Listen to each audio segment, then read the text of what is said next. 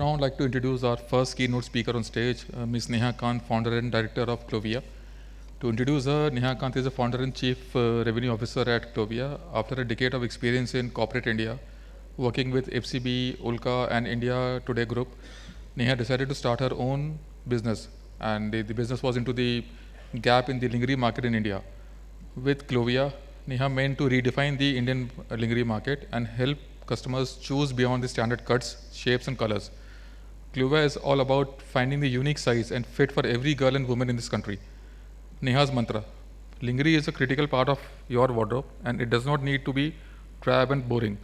The objective is to occupy the most favorite brand space in the minds of her consumers. Neha has been recognized by the Best Woman Entrepreneur by the RBL Bank at its SME Business Excellence Award 2017, and also as the D2C Loan of India 2022 by the Images Group. Recently, Clovia was also recognized as one of the leading promising brands of the Economic Times as a part of ET Promising Brand 2022. We are also pleased to share that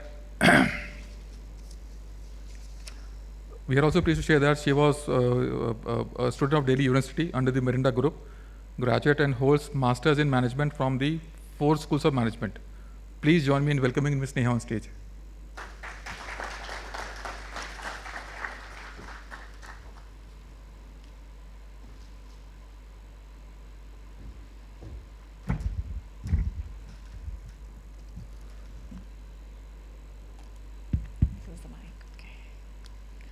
Namaste, everyone.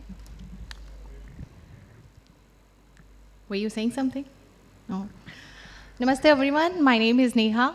I think I've already been introduced, but still to warm up, let me just give you a couple of details about me and my business. The brand that I run and the business that I run is called Clovia. It's a lingerie brand, a women innerwear brand. I started my journey in 2013, my entrepreneurial journey, but the brand got launched in 2015. I'll cover more about it. I come from a very small town. I grew up in Haridwar, and then for college I moved to Delhi. So a lot of my small town sensibilities are built into the brand that we have today. So let me just get started. What I've been told by Dun & Bradstreet is this. For this audience, what I should primarily tell how a very basic, seemingly basic problem related to women underwear, a problem that you would think is more textile or fashion, then technology, how we solve that problem using technology, and where all we have applied technology and created a success story, not for just ourselves, but for our entire category. If you, Ankur, if you could put the BBD on.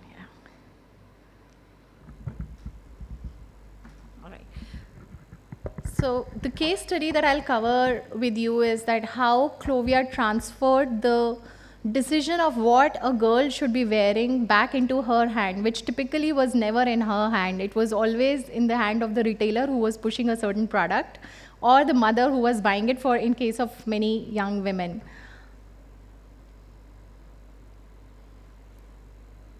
Yeah.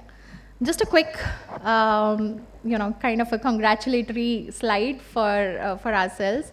Like I said, the brand was launched in 2015. It was launched for bras, but since then we've added other categories. Now we do a lot of work in sleepwear, activewear, shapewear, swimwear, and now also in intimate care and personal care. So basically categories which require a trustful relationship with a brand.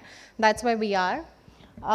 Today, a Clovia product is sold every 2 seconds. So every time I say hello, I'm very happy. In those 2 seconds, a product has been shipped off to our customer. We've shipped an average of 1 million products every month. Today we cover, with a lot of effort actually, we cover 9 body types. To many of us, it may seem like a small number or a large number, I'm not sure, but it's a big feat for us to because there's never been a study in India that has been done to this extent. We've all followed US Army sizes. When women were inducted in US Army, those sizes is what have been that has been followed for last 50 years in India as well. But with an algorithm or with a tool that we built, which I'll speak of, we gathered data of about 700,000 women, probably going to be 1 million now very soon, now that we've put more effort on it. For 1 million women, very intimate data about their body types fed into the system to arrive at 9 big, broad body types and then create fits and sizes for them. So we've serviced so far 3 million customers across, I'll just start like this, 900 cities.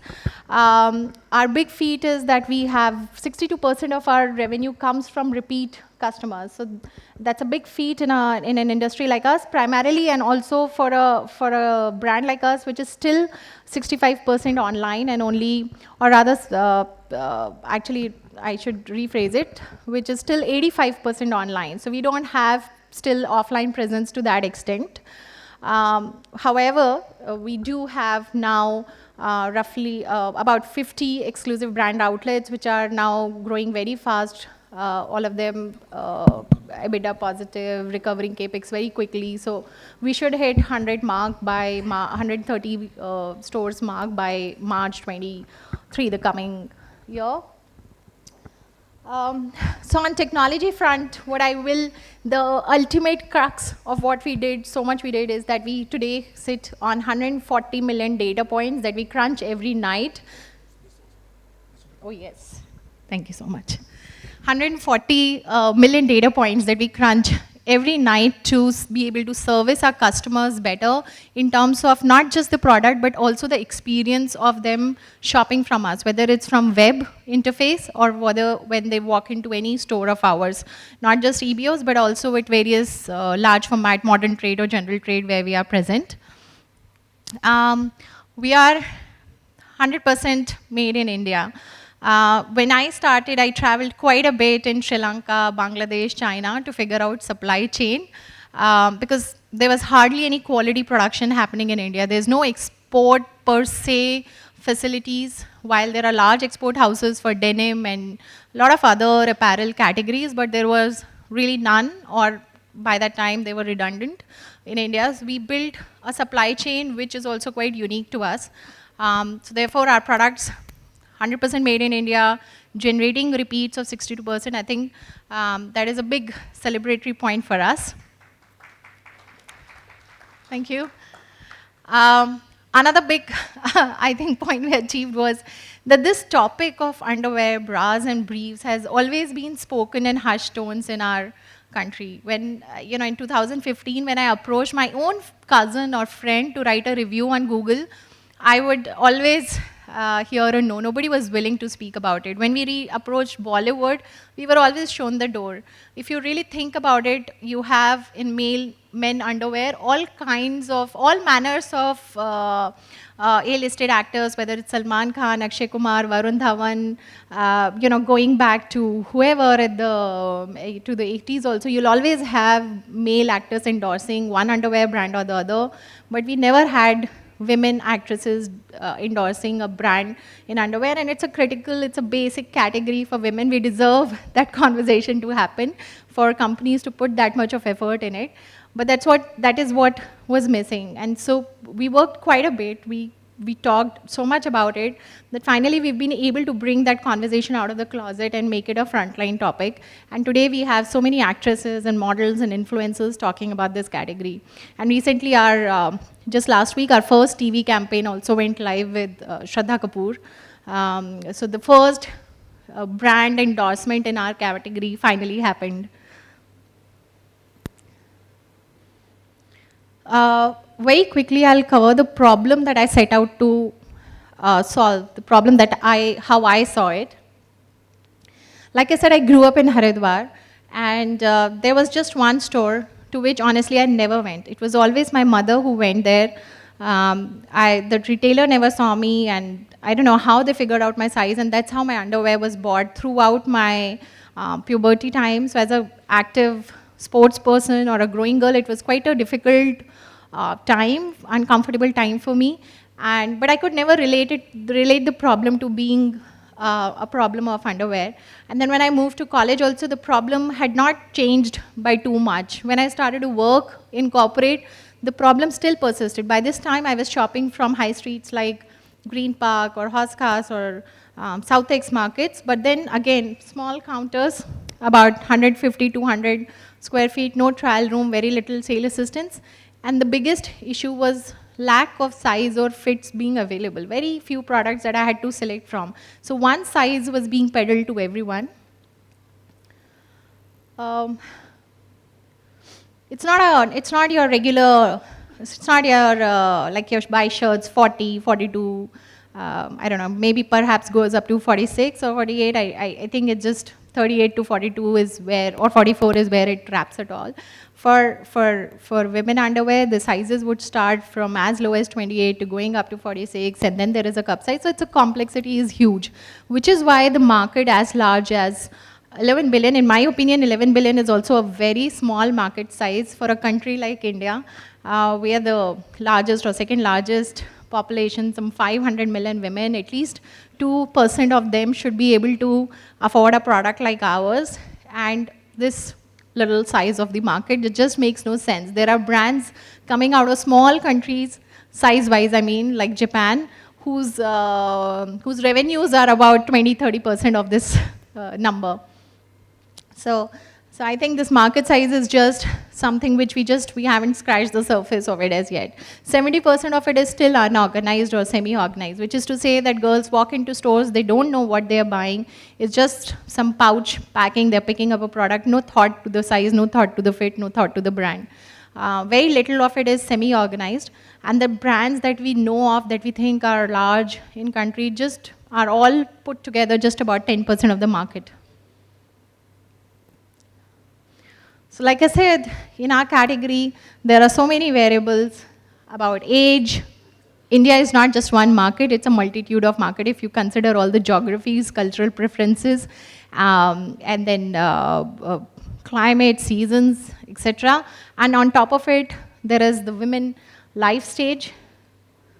You know, from her, she goes through some 6 life stages from her teenage to puberty to youth, to getting married, maternity, seniority, and so on. And then, you know, for different, your different parts of your wardrobe need a different underwear help. So what you wear at sports, what you wear at office, what you wear at work, where you are comfortable, different options. So the problem gets more and more complex, and therefore it is not just the problem of discovery in that 200 square feet store that I spoke of. The retailer also cannot help much because how much can he keep? So the problem is also of the product, the right product to keep at so many, a lack of stores across India, such that that particular assortment is the best assortment for that locality. The traditional approach of a manufacturer, ultimately they were also limited. So they could only focus on few sizes for few fits. The supply chain was so linear and didn't allow for any innovations because working capital in inventory was a major risk that they ran. A majority of margins were passed on in distribution, and the remaining margins were stuck in working capital. Any season failure, any fit failure could could be a big press on your P&L. And how do you deal with cut sizes and leftovers? So a lot of problems that manufacturers faced. On top of it, a brand also did their own manufacturing, so their problems were also about how to ensure that their workforce at manufacturing lines were engaged more efficiently than to think about whether I'm servicing the customer right. What we did, we thought internet is a democracy. Actually, it's said that Facebook is the second largest democracy in the world after India. So if you have an idea, you put it out on internet and like-minded people will either vote you in or in general, your audience will show you the door and tell you you've got a bad idea. So we decided to launch our products on internet first. We became a digitally first brand. Today we have all these names about digitally first, digital native, direct to consumer, but at that time there were no such words. In fact, a lot of people told us you can't build a brand online. You need to have a store, you need to have some offline presence, you need to have print ads. We did none of that. Or we did some of that. We royally failed, but we learned our lesson.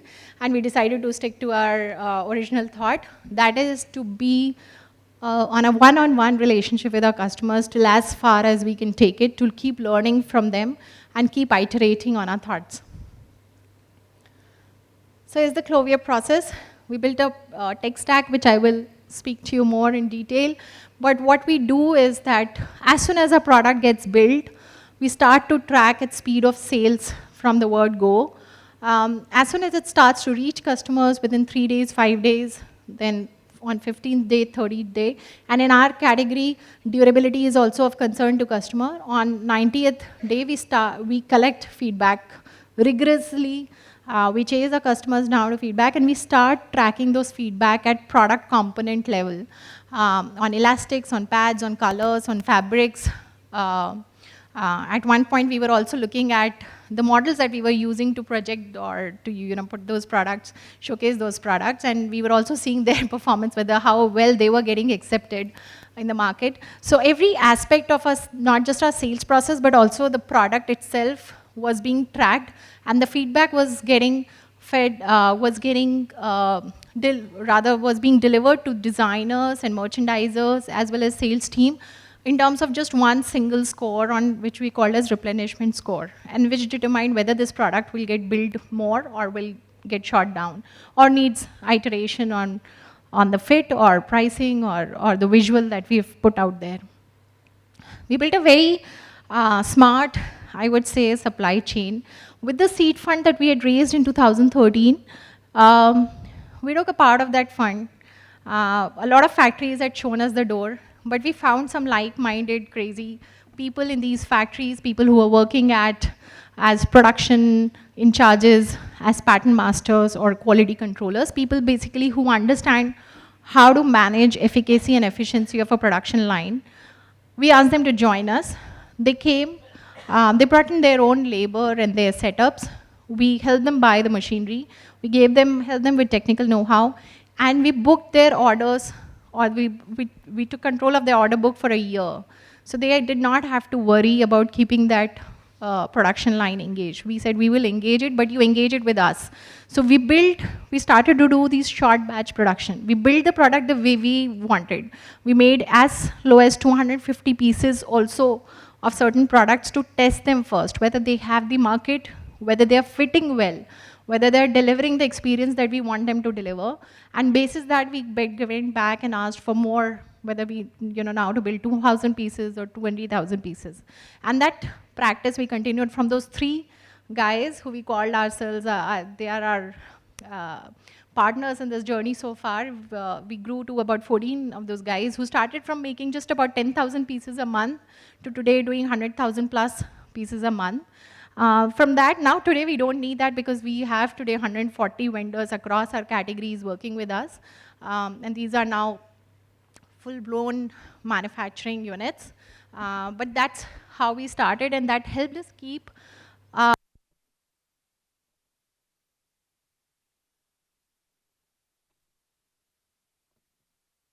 bothered or bogged down by the pressures of working capital, because we were making only as much. And we could then decide how much to make. That's the third part, which is the constant feedback which I spoke of. That's what helped us. We built algorithms to project demand, to build production plans for just about 45 days or 60 days, and then now just about 30 days to keep our inventory agile.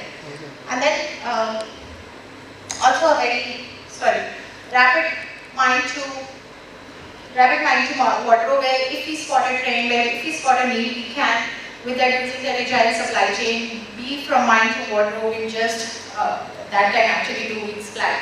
Today, in fact, it's a little bit more difficult for us to do that because of the scale, but at that time we were very, very quick. So any Bollywood trend we spotted, any problem that customers wrote to us about, we could offer that product very quickly. So, women often would write to us that in case of sleepwear, but I have young boys at home. So at night, if I want to take my underwear off, I don't know what dupatta, etc., I will need to take. So builders, so we can help me protect my advertising and be comfortable as well. And we put that product out into it's a big kit, it's a range by itself now. We also offer 100 plus sizes across 5,000 plus options on site today.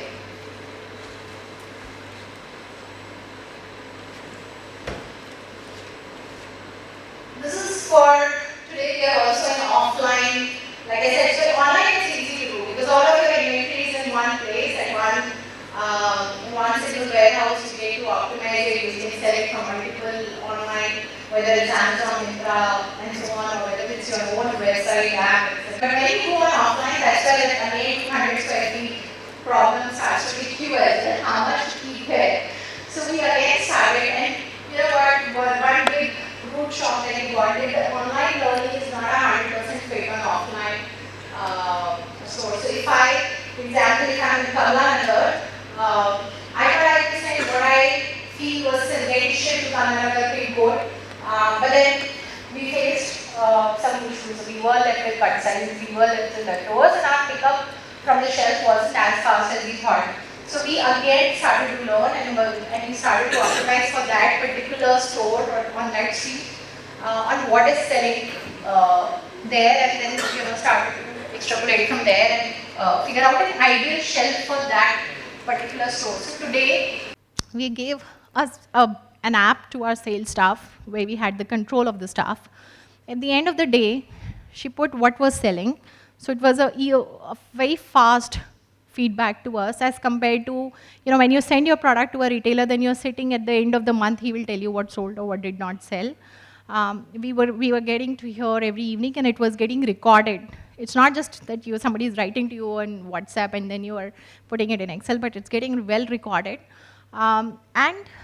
Every time she would go to the trial room where all the discarded products are left, after a girl tries and she leaves the product, she would scan all the products that did not get picked.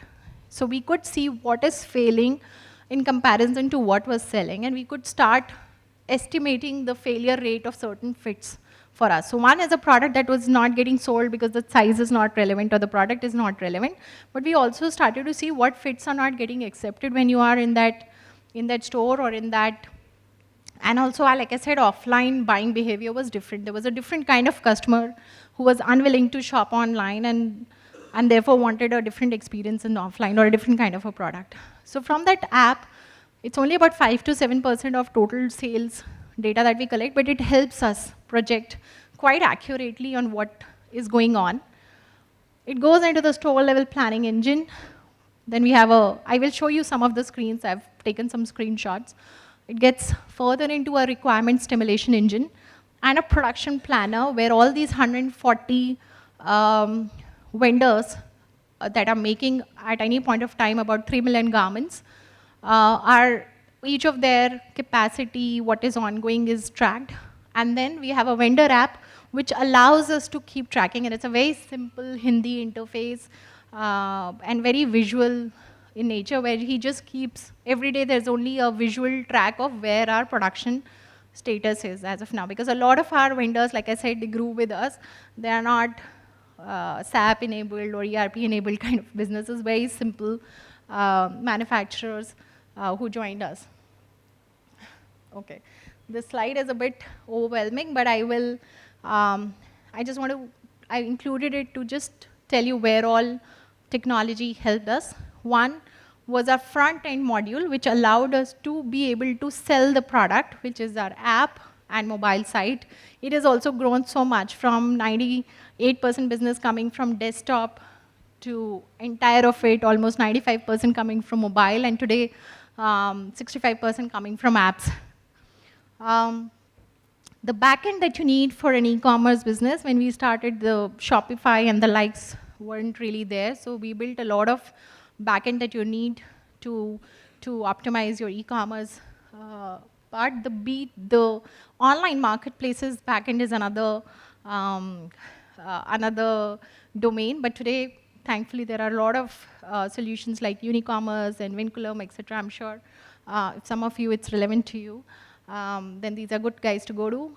The CRM piece, today we have Freshdesk and many such service providers, but we built a custom CRM, which was because our customer needed a lot of fit consultancy, a lot of privacy. So we built a custom CRM for us. Then we have a customer partnership program where women in apartment blocks or residential areas recommend our products to their family and friends. And if somebody uses, and we built micro sites for them, and direct people to those micro sites, and whenever shopping happens from them, they earn commission. So we have about 10,000 customer partners across India. Some of them making as high as 50 to 70,000 per month on these commissions. But our average payout today stands at about 5,000-6,000 per month, which is to each of them, which is a pretty good number for many of them.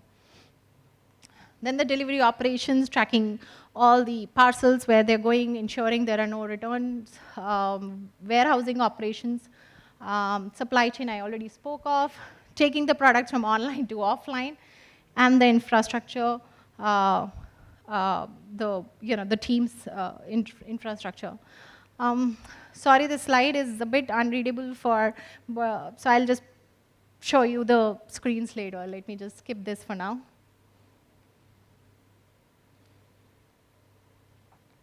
We built a lot of engaging tools because how do you, like I said, how do you have customers speak about it on and on? We built a lot of interesting tools. We have something called a bra bot. It's a chat bot, again, allowing people or girls to interact with a bot and shop products directly via bot. We have it. Of course, we have a WhatsApp bot also. Within a launch of it, we were generating, I think, about 1 lakh chats in about 4 weeks' time. We have 42% opt-in rate on a WhatsApp bot, which we thought nobody will ever do that. We built a lot of tools for women to stay connected to the app. We built a fertility tracker, a menstrual tracker. We built interesting games like Hot or Not, which is a left swipe, right swipe, on which we generate about, I think, 30 million swipes we generate, where people keep playing that game on the app. You know, when the app was launched, my question was, who will have such an app on their phone? But then we were pleasantly surprised. Today we have 50 lakh plus downloads. So just to summarize, what we did was to create an agile supply chain, which helped us to manufacture only for 30 days, allowing us.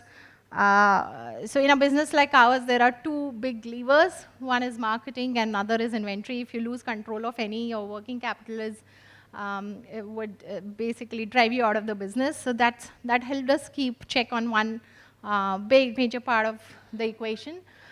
Instant feedbacks, which helped us keep connected to customer in terms of what product they want. We kept building customer profiles, first-party data, which is actually the biggest asset today for our business. Constantly learn, keep taking data-based decisions. Every bucket in terms of marketing was tracked. Every rupee spent was tracked on the money that it brought back. And we built a lot of interesting things today. Even influencer marketing, which is like a black box for many, is for us, we know which influencer has led to how many, what percentage of sale.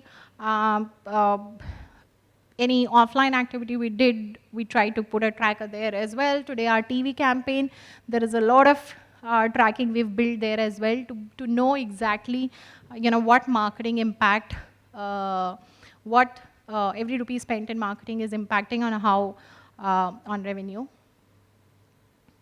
as well as develop tools for customers to make the right decision on the site. I think I've already, this is anyway slightly outdated. Sorry.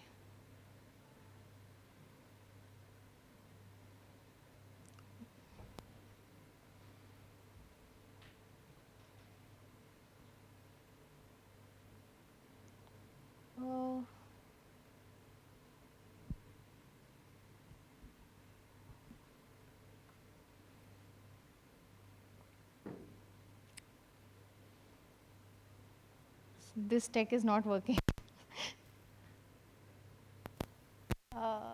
Can I get some help here? I'm not able to move forward.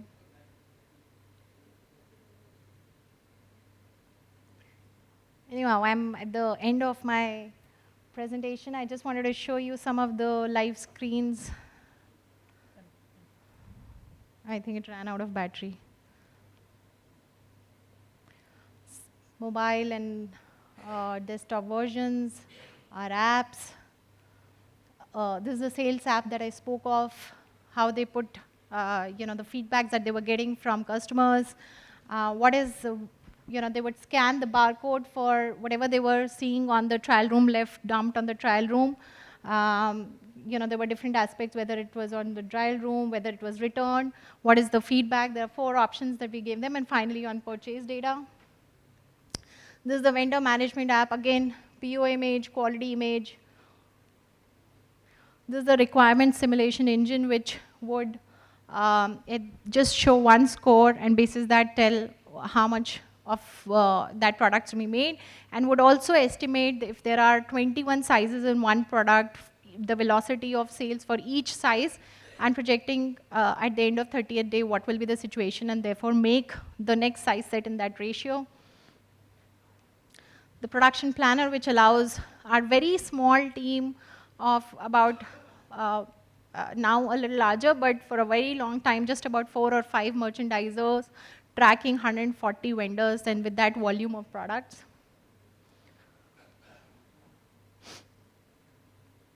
Extensive reporting for our marketing, all of our marketing, customer care management. All of this now actually is easily available. This is the fit test. When I last updated this slide, it was used for only about 2 lakh times, but like I said, it's approaching a 1 million mark now.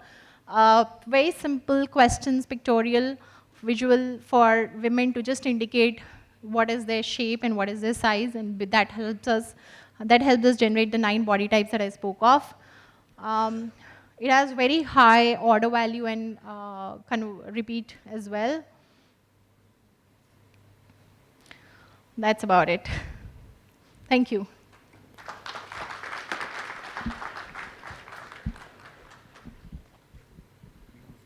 Yeah. Any questions?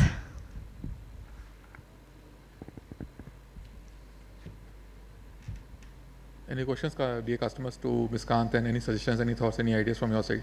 I understand my product category may be a bouncer for most of the audience here.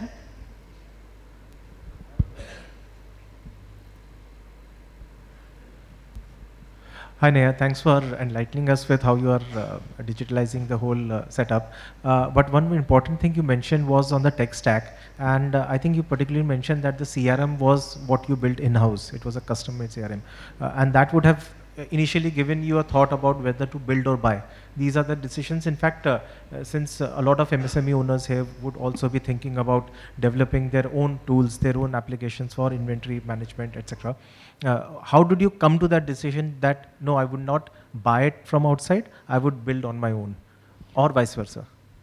So, like I said, our category had certain reservations, certain nuances, which is why, and at the time we started, such tools did not exist in their current formats. Let's say easy to plug in kind of formats. They were a different platform which did not allow us for a seamless to offer a seamless experience to our customer. Therefore, that choice was made. But if you ask me today, I would advocate to just use plugins, or to use services which are already available, and not invest time, energy, effort, unless you're a techie yourself. And we were fortunate. The other founder is a techie, and he could build those modules now with the team. But it's not something that I think today also we would make choices differently.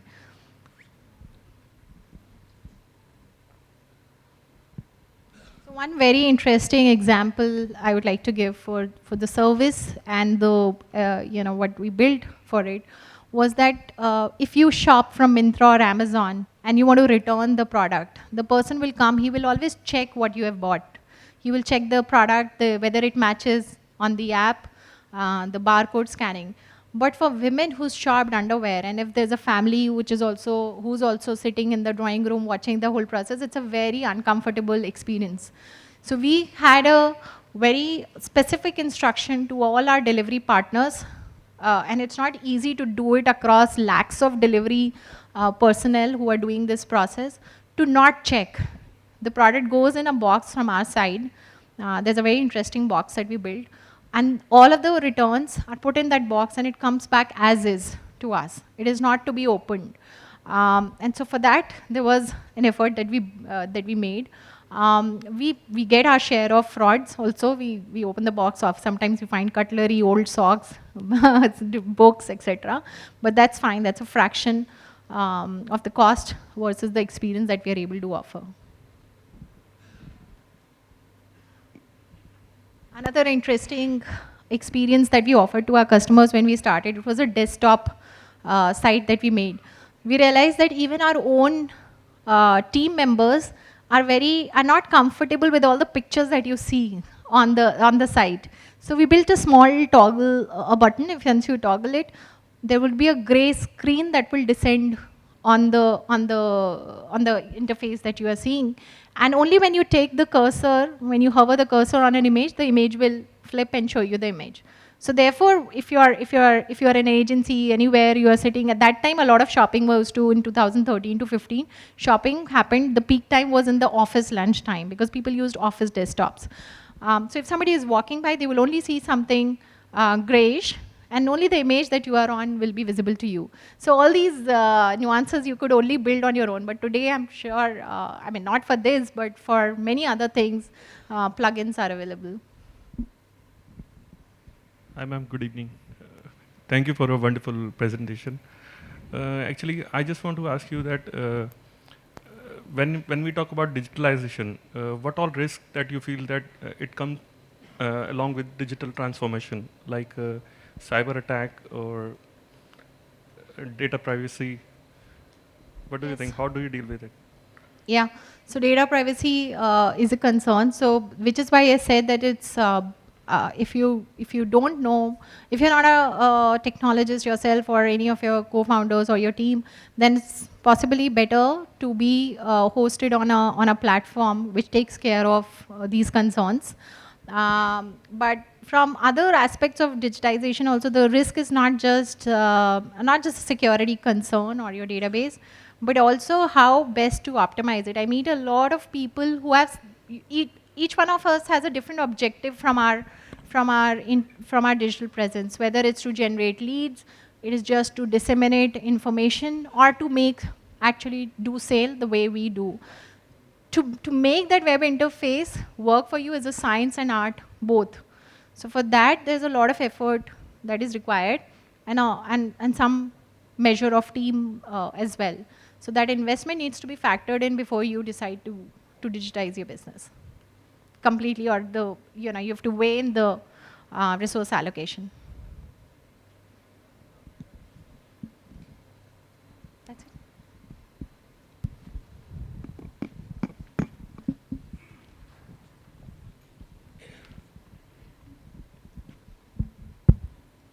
Hi, Neha. I congratulate you for the traditional business and to the transformation of journey through digitalization in your business, which is evident by the way you spoke about the business. And we all sitting over here really appreciate you for taking the necessity of womanhood to another level. But I would like to personally ask you, because you built up a business module which was traditionally B2B to take it to B2C. This is what your app, right? So how much in terms of the sales transformation from 2015 to a journey of, say, last financial year 22, March 22 closure, has made your journey, because still you have the traditional 140 vendors, which now is catering into B2C to attract customer, to sort out their issues and help you in the manufacturing and to know what the ultimate customer wants. Because, so how would you say that your business still with the 140 vendors and then to the online sales B2C. How will you bifurcate the 100% of the sales through this digital transformation? How will you supplement it, like how much it comes to B2B and how much it comes to B2C? So today, 55% of the business comes from our own channel, online channel, which is clovia.com and Clovia app. Another 30% is, or 35% is from online marketplaces like Amazon, Myntra, Nykaa, and so on. And then now fast growing is offline for us. We've just gotten into offline. It's doing very well.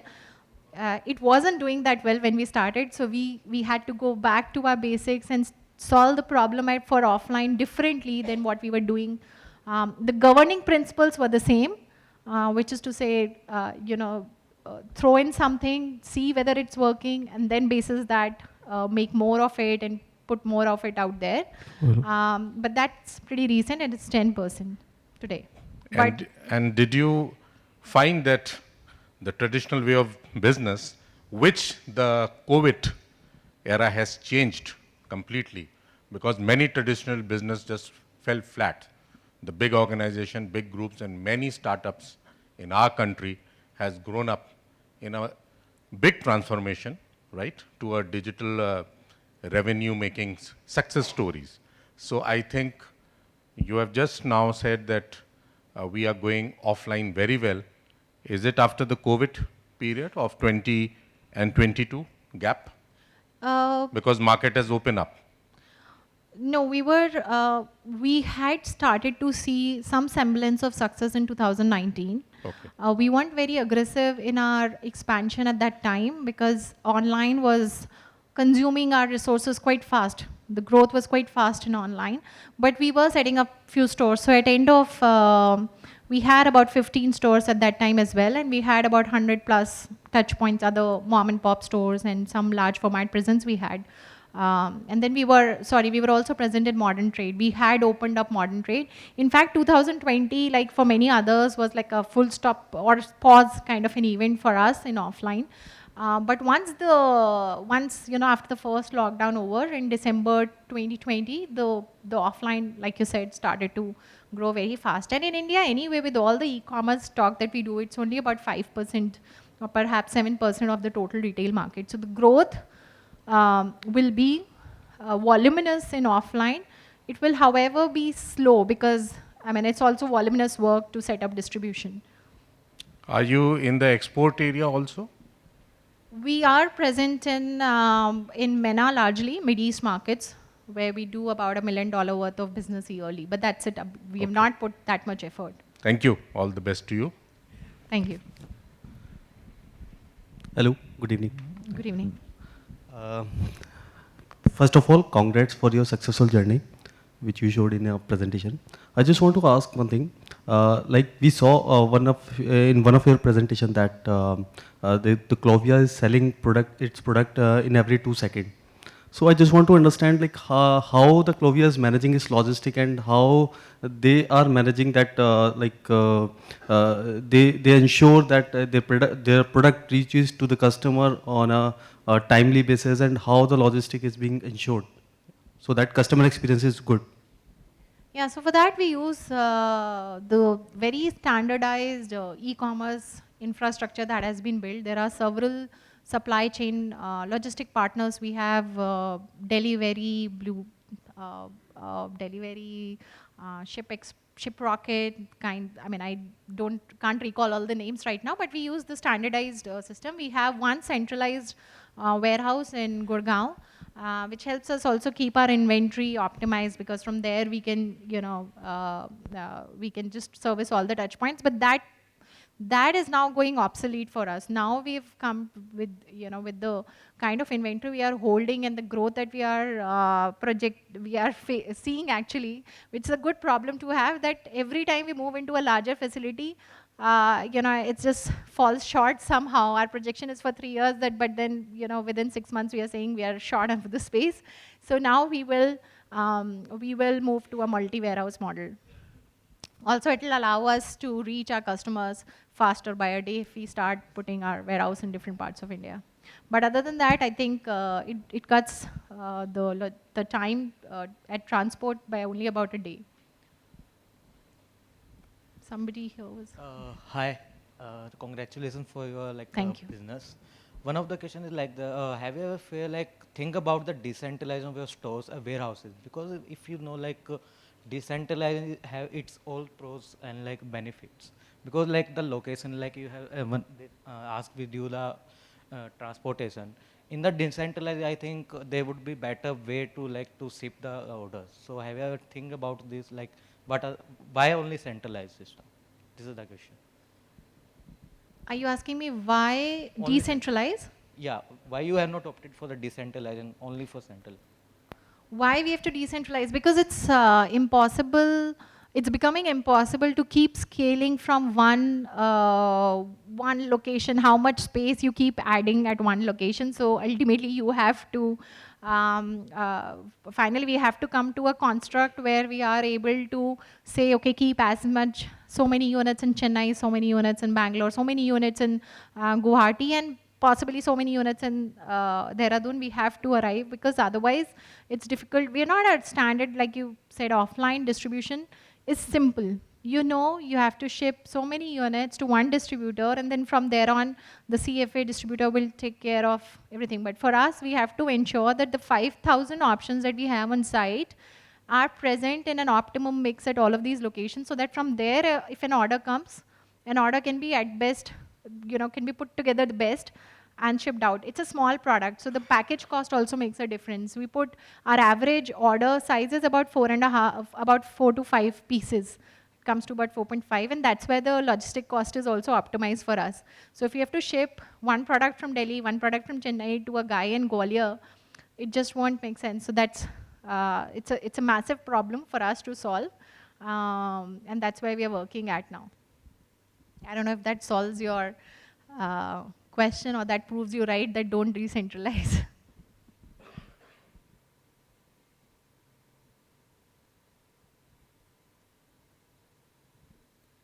That's it. Any more questions to Ms. Kant, please?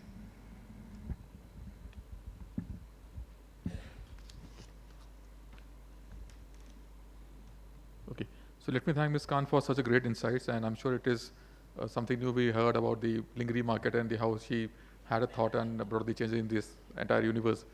I would like to invite Mr. Sangram Singh on stage and Ms. Tanu on stage to just hand over the bouquet of regards and thanks to Ms. Kant.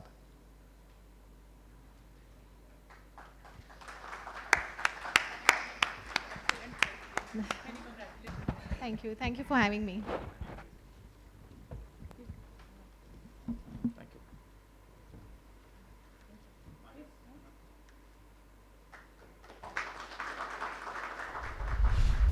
Okay, friends, so it's time for me now to introduce our next speaker, Mr. Sangeet Kumar, co-founder and CEO of Adverb Technologies.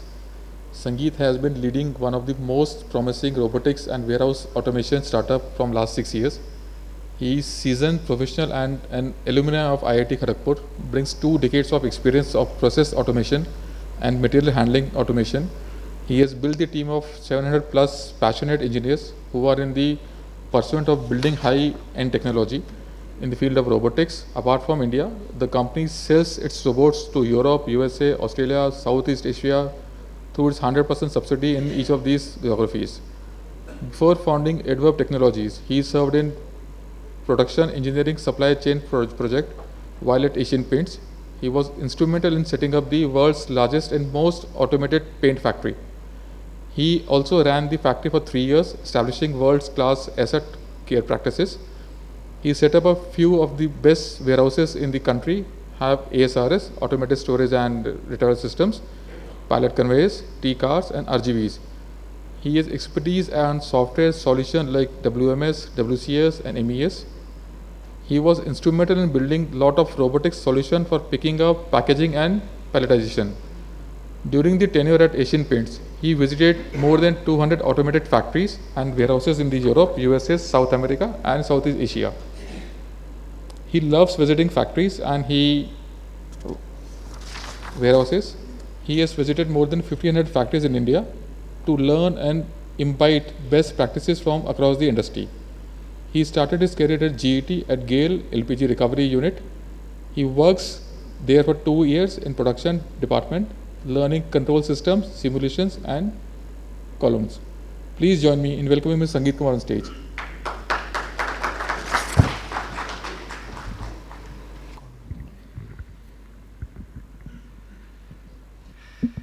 Hi, good evening. Before I go into this presentation, I'm sorry, I would like to let you know about the company. Adverb we started in 2016, and the company has grown up from, so first year we did around 1.5 crores turnover, and last year we did around 360 crores. We have been a profitable company throughout our journey, except 1 year when COVID hit us really hard. This year, we are looking to reach a revenue of 700 crore plus. In next 5 years, we want to be a $1 billion company. So, yeah, and when I say, okay, our revenue is really small at this time in comparison to what we are dreaming. But I am very, very confident that we will be able to do it. So today, 80% of our revenue comes from India, and 20% of our revenue comes from overseas market. But this is going to change. So we believe that in next 5 years, 50% of our revenue will come from overseas market, and 50% of our revenue will come from Indian market. I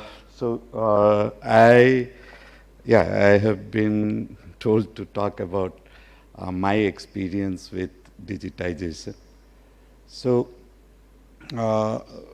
as said, I worked for around 14 years in Asian Paints in various functions, right, starting from production, engineering, putting up large factories, then supply chain.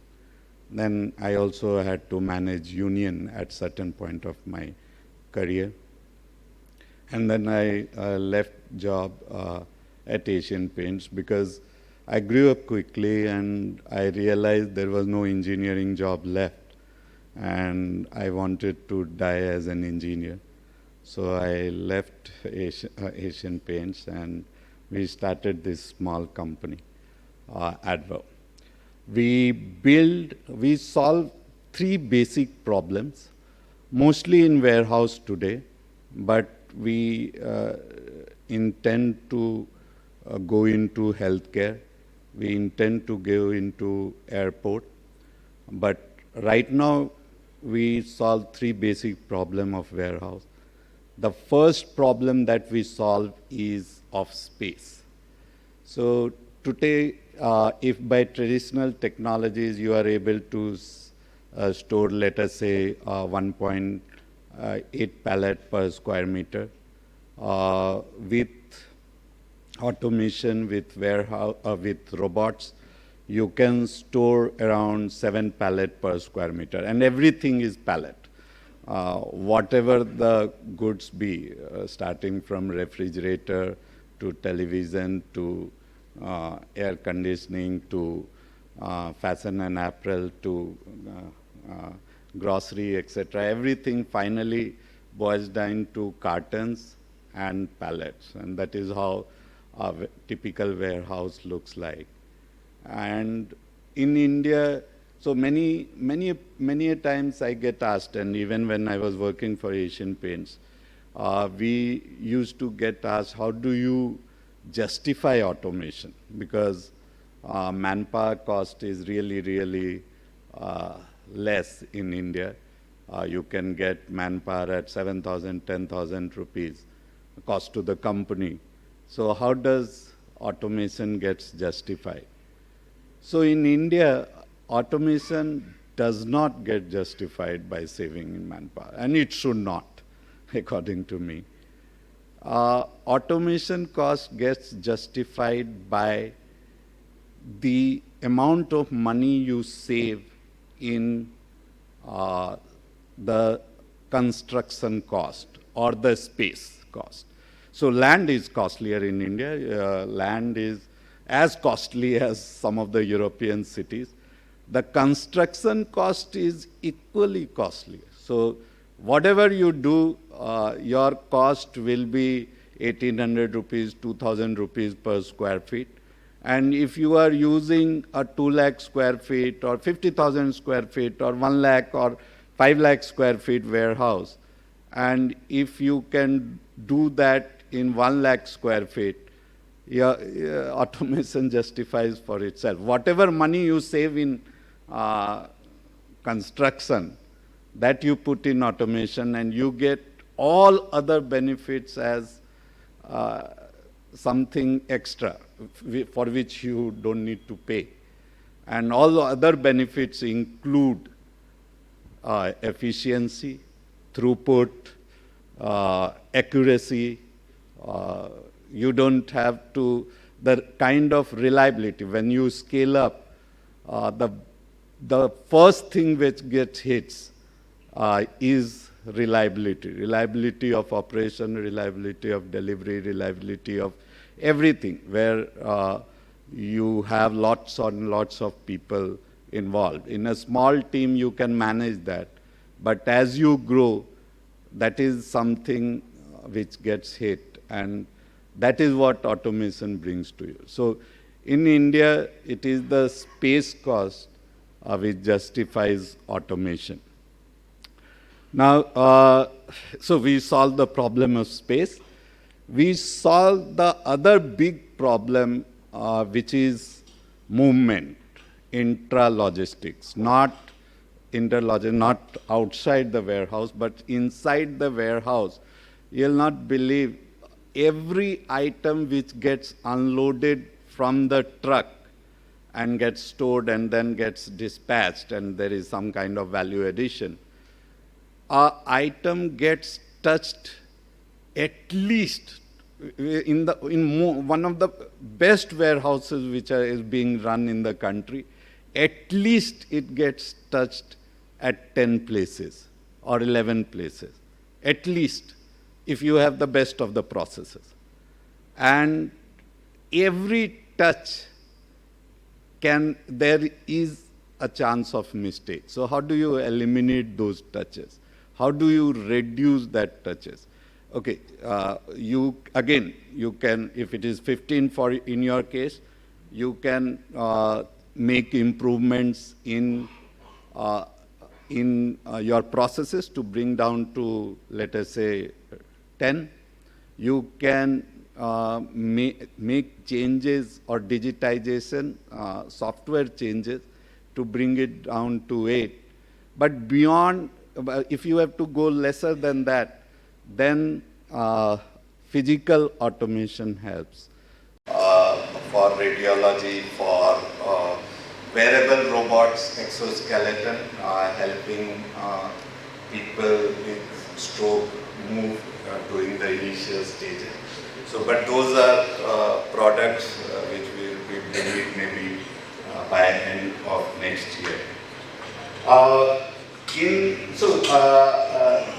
Why did I leave patiently? So one of the reasons I told you, I wanted to be, I wanted to rise. And second reason was this person. He is Klaus Saw.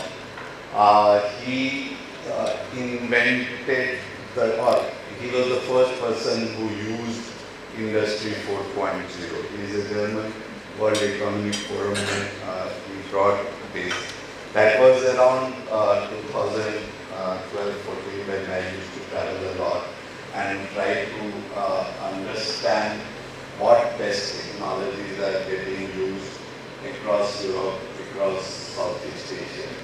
And that is when I got a chance to read his book, and I got a chance to hear him out. And I sincerely believe that changed the course of my life. And what is it that he did? And so I'll just run a small video.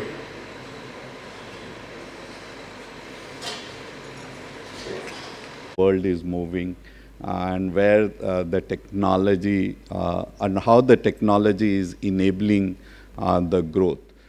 In short, what it talks about is, so the basic assumption of Industry 3.0 was, or Ford, what he gave to the production was assembly line production. So you divide the labor, so division of labor was there, and you measure every step of it. And you see where the efficiency can come, etc.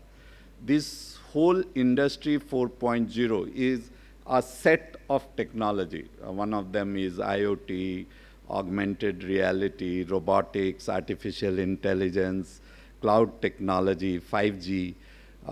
So all these technologies coming together, it questions every assumption in production and supply chain. And what it questions is why it should happen like that. And okay, with the current set of technology, maybe even Ford would have done this. But at that time, these technologies were not available. So what he did was a gift to the human mankind. But with the current set of technologies, everything needs to be questioned. And this is what is happening across the world. Every traditional industry is getting challenged and is becoming digital. And whosoever is questioning it, the business model, the production process, the supply chain process, the selling process, whosoever is questioning and is able to get 10% of his answers right is successful. So everyone needs to question, and question with the technology in mind, what is possible today. So I'm sorry, I could not run the video, but one of the technologies is Internet of Things. So I used to work for GAIL India Limited in a refinery, LPG recovery plant. So where you get LPG, so natural gas comes and you recover LPG from there, which is 50% propane and 50% butane mixed together. And we used to use DCS, distributed control system. And there are 4 or 5 vendors. There were 4 or 5 vendors at that point of time. And this system, what it enabled the manufacturer is to see what is happening at any stage. So temperature, pressure, everything we used to monitor from a centralized control room and see what is happening. Now this thing was so costly, and is so costly even today, that it is prohibitive. You cannot, if you are a small or a medium enterprise, there is no way you can use those kind of technologies. It is extremely costly, until unless you don't have any option. It is a safety risk in your business, then you will have to do it. But otherwise, people don't do it. Now, because of this Internet of Things, the technology is getting democratized. So when I say the technology is getting democratized, is the sensors. So it was always the case that in industry, so industrial sensors were invented first, and then commercial applications used to copy it from it. So something getting developed for an industry gets copied for AC by a AC manufacturer or a refrigerator manufacturer, etc. But the world has changed, and it has changed significantly in the sense that whatever technology you see in this is leading the growth. So the mobile, there are at least 55 sensors, and if you buy the sensor equivalent of whatever is here, let us say proximity sensor. So when you bring the mobile phone nearer years, it heats less, and because there is a proximity sensor, and the software enables that. Now, proximity sensor in an industry would have costed you 8,000, 15,000 rupees. You get a complete mobile in 15,000 rupees. Now, and what has changed? It is a technology which is MEMS, micro-electromechanical sensors. Now, that sensor, the same sensor, now it costs 100 rupees, 200 rupees. So, and it was because someone could sell so many of mobiles. So companies like Apple and Samsung and all these companies put so much of R&D money into this that they were able to bring down the cost. Now it is the commercial electronics which is leading it, the industrial electronics. So from commercial electronics, industry is now copying, and that is IoT in short. That is what I have understood. So, and therefore, so your sensor cost is coming down, your networking cost or communication cost. Earlier in industry, it is Profibus, Modbus. There are so many bus technologies for communication in an industry. But today you have very, very cost-effective thing like Sigfox or LoRaWAN, etc., which enables you to take the sensor data from your processes or from the manufacturing, warehouse, supply chain, truck on the move, etc., and make sense out of that, and build a technology stack over that to make sense out of, to enable your business to work differently. Same conventional business, you apply technology, make it more transparent, reduce everything. And I was talking about inventory, and I'll come to the inventory portion. You can reduce everything, any kind of loss, and that is what technology enables. So today, when I used to work for this company, and we used to use DCS, it used to cost 5 crore, 10 crore, 15 crore, one instance. Now with same thing you can achieve by spending 20 lakhs, 30 lakhs in this modern technology, if you understand, if you spend time in understanding these technologies.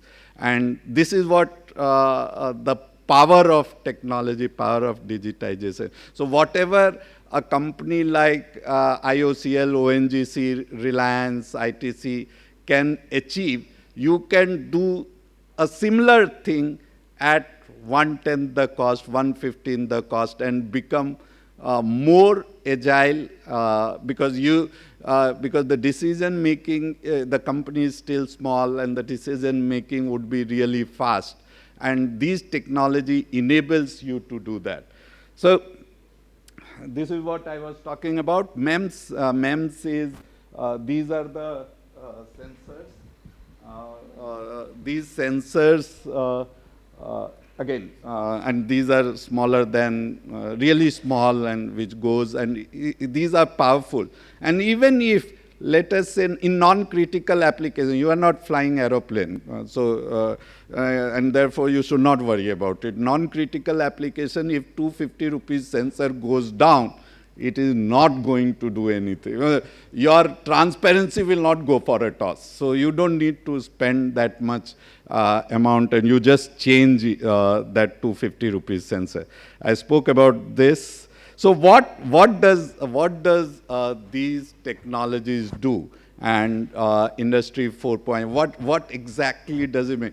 Everyone keeps on talking about the technology and the Industry 4.0, but what does it do? What does it bring to the business? So what it brings to the business is these three things. First is mass customization. So what Henry Ford did was he championed the cause of mass production. As long as you want black car, you can buy it from Henry Ford or Ford at that point of time. And today, the manufacturing, again, batch, you heard in the previous talk, batch size of 250, 300 kind of thing. That is just not possible in a mass production setup. And if you want to do that, if you really want, and that is the need of the business, you want to fail faster, you want to experiment, you want to see what is going to, if that, so what Industry 4.0 enables is you can do customization, but at a mass level. So even if you are building one toothpaste for a particular person, you can still build 10,000, 20,000 in a day, which usually, if it is one SKU, two SKU, or three SKU, you usually do it. But yeah, here you are talking of 20,000 SKUs in a day, customized for 20,000 customers. And that is what IoT or Industry 4.0 enables you to do. Yeah, prototyping, again, the prototyping cost and prototyping time gets reduced significantly because you make every part of the business transparent, and you reduce the cost of manufacturing and cost of increase the productivity. So just a small example, it is, again, and this factory I had a chance, so this is animation or it is in a lab, but I had a chance to see this factory. This bottle is, again, customized for a customer. So when the customer orders something, a RFID tag is put. Now, what color he wants or she wants, what label he or she wants, and it is tracked at every stage. So you are producing at a mass level, customized for every customer, because you are able to track everything. And again, it is unlike, so there are a lot of micro factories, and all these micro factories are connected to each other through technology. So this is what you can do. This is a typical process industry. This is another company which I am a big fan of. So it is a startup in the field of so they make micro factories. Now, why earlier the trend has been, and I was part of one of the thing. The trend has been you have small factories, then as you grow, you build large factories. Large factories, you take huge pride in building world's largest factory. So in India, we have world's largest factory for petrochemical products, Reliance. We have world's largest factory for paint, Asian Paints. Every third year, it beats its own record and builds world's largest factory. But is it something which we should take a lot of pride in? Of course. But the technology, the world is changing. So you can have a micro factory. So this is one of the micro factory. The name of the company is Arrival, and it makes trucks, delivery van, electric delivery van, and it has factory which is very self-sustained. Yeah, and in the micro factory, you have nano factories which are connected together and you use technology to reduce the batch size, customize it for your customer, etc. And again, this video you should definitely see. It is on YouTube. I'm sorry the sound is not there, otherwise it would have given a different impression. So these are some of the examples from outside India, but I thought I should share some examples from India where digitization has changed or have enabled those companies to be extremely successful, to be extremely profitable and productive. One of the company is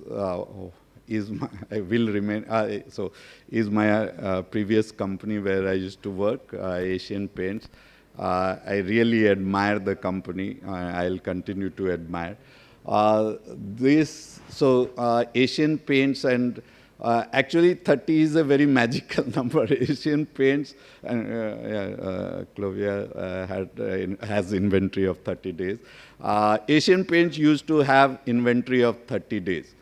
Now, when you are a $2 billion company and you carry an inventory, and 54% or 55% of your 55% cost of finished good is raw material, and then 30-day inventory kills you, even if your revenue is $2 billion every year. So the Asian Paints decide, and why it used to happen is, Asian Paints is one company. If you have bought I don't know, maybe you would not have bought it, your painter would have bought it. But Asian Paints commits, and it has been committing before e-commerce came in, 4-hour delivery. So you go to a shop and you ask for a particular paint, particular color. You have millions of color to choose from. And in 4 hours, the shopkeeper, 50,000 shopkeeper or dealers, will get the paint in 4 hours time. 4 hours. And that was the promise which Asian Paints used to make, is still continues to make. And so therefore, we had around 120 warehouses across India to meet that requirement of 4 hours.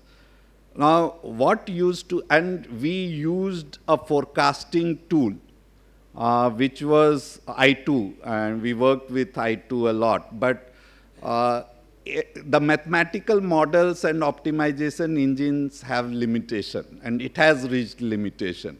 It reached limitation 5 years back. So whatever forecasting, the forecasting inaccuracy was to the tune of 20%, 22%. We were the best in the industry, and our forecasting inaccuracy was 22% in India. In a industry which, and this company had existed for 55 years, it had all the kind of data which was required, but still our forecasting inaccurate. So we used to commit volume based on forecast. So from factories, Asian Paints has 8 to 10 factories. From here, I used to commit volume to this 100. Hey, you will have to tell me if I'm going over. 10 minutes? Okay. Yeah, so we used to commit, or Asian Paints used to commit within, I'm sorry. Yeah, so maldistribution of, so from factory, I used to commit certain volume of paint to this warehouse, one of the 102 warehouses. But the selling of that SKU did not happen in that warehouse. It used to happen in this warehouse, and therefore I had to move the material from this warehouse to this warehouse. So it was a complete maldistribution of goods. And so what we decided is we will delay this thing. So we will still depend on forecast, but instead of depending completely on forecast, we will also start getting the input from the market, what is selling. So I will commit something, but I'll keep, so in factories we used to keep 3 days inventory, 2.5 days in transit, and rest everything used to be in the warehouses. So we said these 3 days, I'll increase it to 8 days. I'll distribute it at a later stage. So I'll not commit immediately. I'll see what is the sale which is happening, and then I'll start committing. And but we did not have space in the factory. It was 3 days inventory space, and we wanted to keep 8 days. In a growing business, we were growing at 15-20% in terms of revenue and 25% in terms of volume. So what we did was, in that space, how do we keep larger volume and manage larger throughput, and that is where our technology came into picture. We reduced that 30 days to by 5 days, just 5 days, and company gained immensely in terms of unlocking the working capital. And and there are so many things which happened, and it was because of digitization at factory level, transparency, truck management system. We used to have geo fencing across all our vendors. So all these technologies, small technologies coming together enabled that to happen. I will not get into I'll not get into the detail. I have 7 more minutes. So the other thing is, this is something which is happening now, and Forbes covered it very nicely, and we were involved in this project of Hindustan Unilever. This is their Chennai warehouse. So the top people in Unilever felt that, so what happened was Unilever thought that they lost their advantage to organized retail and e-commerce in US. They lost their advantage to, they were reaching it to all their customers through the retailers. They lost the advantage in China to Alibaba because of B2B2C, whereas which was the customer placing the order to the nearest mom and pop shop, which getting delivered by Alibaba, and then these mom and pop shop delivering it to the customer. So that was the another business model. And in India, both these business models were getting experimented on and were becoming successful. And Unilever thought that, and thinks, I'm sorry, thinks that there can be a third model which can be extremely successful, where whatever manufacturers, they neglected supply chain and technology and believed that every success can be only through marketing and product development. The supply chain is a critical part, and which was neglected, and that is what Amazon taught to the world. So Unilever decided to change this. And instead, so their supply chain was always, they give it to a distributor gives it to the Kirana store. And if Kirana store needed a material X on nth day, they will place the order and they will get the material on N+2 day. But that was not enough because there were many companies in the startup world which was challenging, which was saying, I'll deliver you in 6 hours, 8 hours, N+1 a day, etc.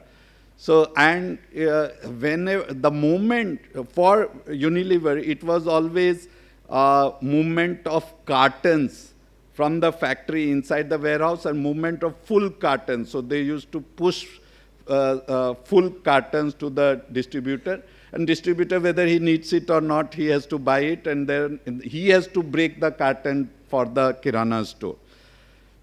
Both the things, they were able to change it with the use of technology in a very limited space.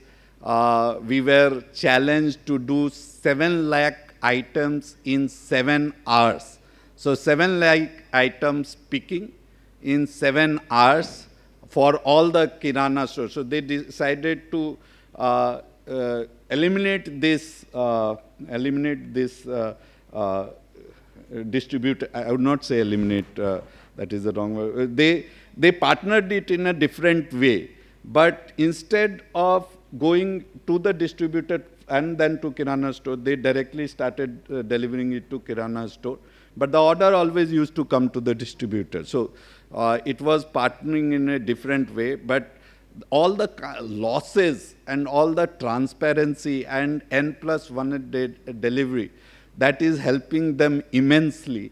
And they believe that this is the third way of doing business where manufacturer becomes equally good in supply chain and technology, and they are also able, otherwise the big box their brand value gets diluted. So if you go to a Kirana store, typically they would be keeping 600 to 800 SKUs, out of which 150 SKUs would be of Unilever. So that if it has to continue, someone has to give the same services as any aggregator of products. So this is something which we were able to do.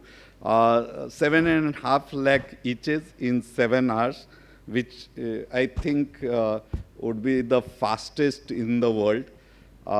We used different kinds of technologies, etc. The final one, this is this German retailer, sports fashion retailer. I'll just run you this video. This is something which we are extremely proud of. This everything gets built in India. We do every component of it. So we build. So we buy the chips from TI and Intel, etc. From making the board to electromechanical equipment to writing the firmware to building the software. Everything we do it in-house. So this is styles are getting segregated, and then once it is unloaded, it is apparels. So if you see apparels, it is style, sizes, and colors. So it is according to different style. The robot takes it to a dense racking system. So you can store almost 8 times or 10 times densely, because Australia, anyway, everything comes from Vietnam, China, Bangladesh, India, etc. So, and this is 90 days of inventory which they are keeping, and that gets stored at this place. Then this 90 days of inventory, whatever is relevant, all those SKUs gets stored, 5 days inventory gets stored in a carton settle system. So these full pallets are broken into cases, and then these cases is transferred into pick ready format. Because when the order hits you, you don't want to start opening the carton.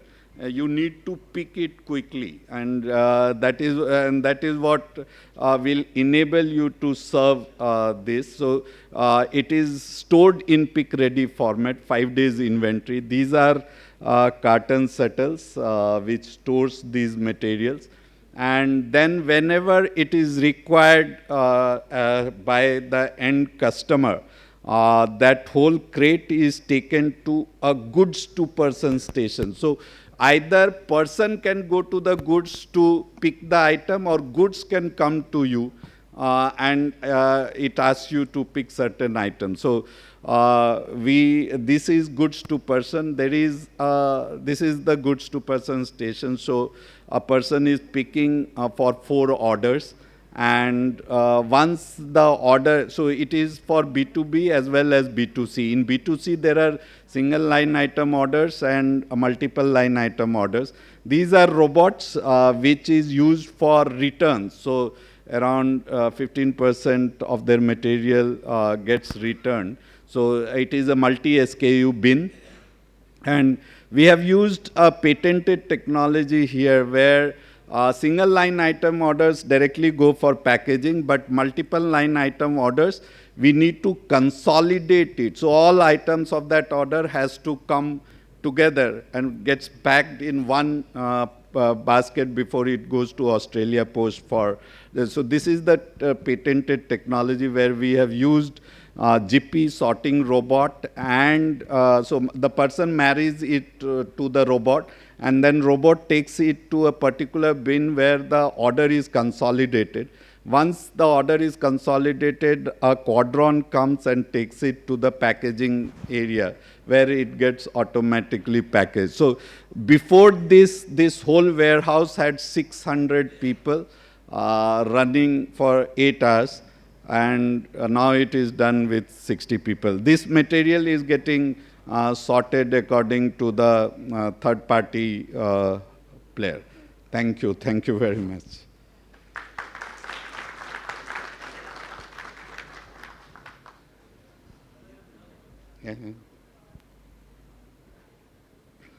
If you have any questions, I can answer, otherwise. Yeah, she has one question. Yeah. Yeah, Ms. Kant. The last example that you gave of Australian, was that HUL in Australia, or what kind of, okay. It is a German sports fashion wear. Okay, German sports fashion. So what is the typical cost, would you say, of setting up such a facility? This is Australia. This was expensive. So we Ballpark. spent around 20 million plus. 20 million. Yes. And what would that cost be in Indian context if one was to set this in India? And is So- it doable in India? Yeah, there are many companies which are doing it. Okay, last year Reliance invested in us. I know. We are doing massive warehouses for them. In fact, one of these kind of warehouse will be there in Sultanpur after 4 months. So Sultanpur, yeah, this is for Agio business. It is for B2B and B2C business, but it is definitely possible. We have done this for eyewear startup. Ballpark, what is the cost for such a setup in Indian context? In India, so the cost would vary from around 40 crore to 80 crore or 70 Okay. crore. Yeah. Okay. But you don't To need have to a scale spend- of about 1 million units in 7 hours, 700,000 units in 7 hours. Yes. Okay. And you also spoke about, it was a brilliant example. You spoke about multi-SKU bins. So while I understood the bin placement, the dense racking you spoke of, and the bin reaching the picker, but if it's a multi-SKU bin, then is the picker also taking time to sort out the, So or it how are they depends on how you keep the material. So we are working very closely with Zara in Spain and Mango, where so they have in the crate itself there are partitions, and you roll the cloth and keep it. So you don't need to search for it, and even the search. So again, I was giving this example of, so it is Lenskart, where they have several frames, and so there is a light directed picking. So in a crate, if there are 16 holes, so it tells you exactly in which hole that material is kept. So you don't have to waste your time searching for the material. But why not have the robot only pick it and Yeah. versus? So, okay, we are doing it for IKEA in Germany, but it is costly. In India, It is costly. India, so wherever we felt that it is costly and we cannot afford it as a country, we instead of we built everything inside that material on our own, so that we can reduce the costs. And we are doing it for cobots as well, which is what we are currently for IKEA. It is our vision system and the grippers, etc. So the most difficult task for a robot or artificial intelligence, we don't realize it. The biggest gift that we have got is eyes and hands, and as human being. But even with the latest of AI, etc., the grabbing and computer vision is still 0101. So how do you distinguish material? So if two materials are kept like this, whether it is two material or one material, that is the biggest challenge. When you have not taught it, you can teach it for 1 million articles, but there will be surprises. There will be another 10,000 which would get added. So that is the biggest challenge today, and which we have solved it. But the robotic arm is something which we have already developed it. Version 2 is there. Version 3 we will be launching in ProMat in US in March. So, yeah. I was after actually that. wondering, I thought whether I should be even asking this or not, that the floor seemed so clean in the animation you showed, and what really happens? Do the robots not No, drop so at all? it is not that clean, but it is extremely organized because there are very less people and those people are restricted to a particular area. All the movement happens as and when it is required. So you don't move material because there is some process in your system which is highly inefficient. So let us say your truck loading is inefficient. So then you will build staging, or your ability to bring the material is inefficient. Then you build those buffers. In automation, you eat those buffers because you design it that the flow is really a flow, and yeah, that is how you gain. I think so we can take some questions offline because Yeah. Thank you. just be here. So thank you, Mr. Kumar, for the valuable session and great insights on the robotics and the automation. I mean, this is a new era we have just entered. We can take some questions offline during the dinner time because there is a time constraint also. I would just like to invite once again Mr. Sangram Singh and Ms. Tanu on stage to just hand over the token of regards to Mr. Kumar.